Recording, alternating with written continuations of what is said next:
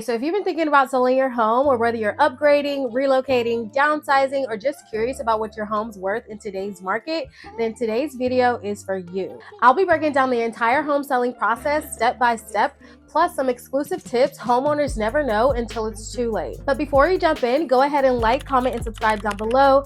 Any support that you choose to leave on this channel truly does not go unnoticed. If you don't know, now you know. My name is Amani Gilbert. I'm a licensed real estate agent and interior stylist here in Houston, Texas, helping all of my clients maximize their dollar through buying, selling, building, or designing real estate. But anywho, let's jump right in. Step one is going to be knowing your why and having a good plan in place that supports the strategy for your home selling journey. I always tell my sellers to ask themselves, why are you selling your home? Is it just to get an idea of the market, to time the market? Or are you relocating? Are you downsizing? Is there a major life event that has happened that is causing the move? That reason shapes your entire selling strategy, from pricing to marketing to timing. And here's the secret. The most successful home sales start 30 to 60 days before it even hits the market. And I like to call this the pre-listing runway, or a pre-listing marketing strategy. That's when I like to work with my clients to fine-tune every detail, from small repairs to design touches that photograph beautifully. Because the truth is, buyers shop with their eyes first. And please do not rush this phase, because it has been proven that a well-prepared home tends to sell 10 to 15% higher than its market price. Now, number two is going to be the pricing strategy. And no, this is not just picking a number from Zillow. I'm talking about running the comps,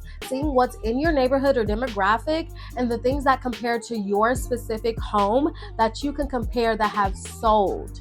And so again, I tend to look at three factors when it comes to pricing your home. That's going to be the comparable sales in the area, the current market momentum, meaning are homes sitting on the market or are they flying off the shelves? And number three, the psychology of the pricing, which can be called strategic perception pricing. For example, pricing your home just below a search threshold, like $499,000 versus $505,000, which tends to open up your listing to so much more visibility. My tip for this one is going to be ask your agent or me to create a pricing window analysis. This is a micro strategy that I like to use, which positions your home where serious buyers are actually looking and purchasing homes. And it is literally one of my favorite tools. So pricing should always be brought up in the beginning, because I feel like you should be very transparent with your clients and very just open and honest with them about what their home could sell for realistically and what you're able to deliver for on them.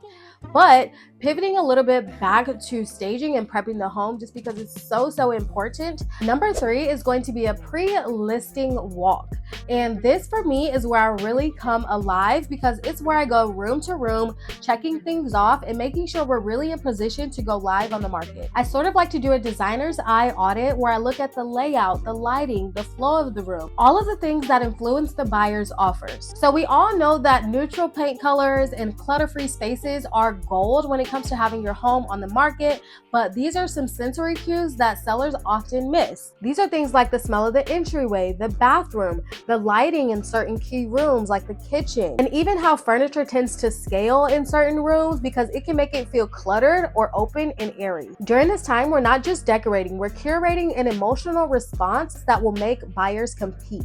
Okay, step four, once your home is ready to go on the market, it's showtime, literally. This is where your agent's marketing plan matters more than ever.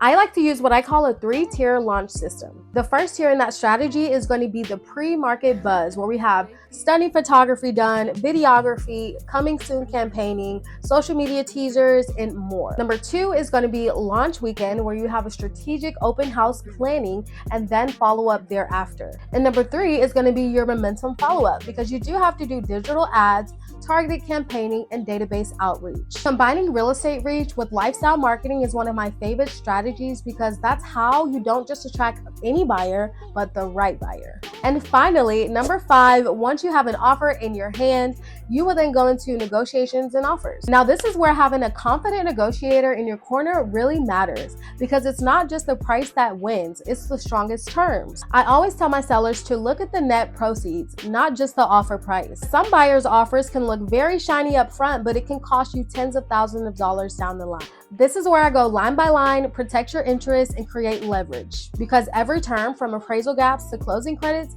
is negotiable when you know how to frame it. Step 6 is going to be the inspection and closing phases. Once you're under contract, we move into inspections, title, appraisals, option periods, the not so glamorous part, but is so critical. Sellers, I know it's hard, but don't panic during the inspection period. Every home, even brand new ones, have issues sometimes. The goal isn't perfection, it's balance. The key is to always position your response to repair requests strategically so you don't lose momentum or money. From there, the title work gets finalized, the buyer financing clears, and we prep for your closing day, aka where champagne and keys come out. And step 7, here's the thing that most people miss, which is the post-closing plan. I tend to do this at the beginning because you always should prepare in advance, but I go over things as, where are you moving? Do you need a lease back? What are the timelines for that seller? Because you don't want them out here homeless if their buyer is going to buy their home. So always talk to the seller about what that plan looks like, and if you need to help them find their next home, or if they need a lease back for a certain period of time, if they're relocating, whatever that situation might be, I always work with my sellers to create an outcome for them that will be favorable. So that's the full breakdown of how to sell your home from prep to closing, plus a few insider secrets that make all the difference. If you found this video helpful, go ahead and like, comment, or subscribe down below so other homeowners can see this video too. If you're leaving a comment down below, tell me where you're watching from or what your biggest question might be if you're thinking about selling in today's market. And as always, if you're thinking about buying, selling, building, or designing real estate here in Houston, you can go ahead and hit the link in my description box below and set up a no obligation consultation, and I'd be happy to speak with you. Thank you so much for watching, and I'll see you in the next video. Bye-bye.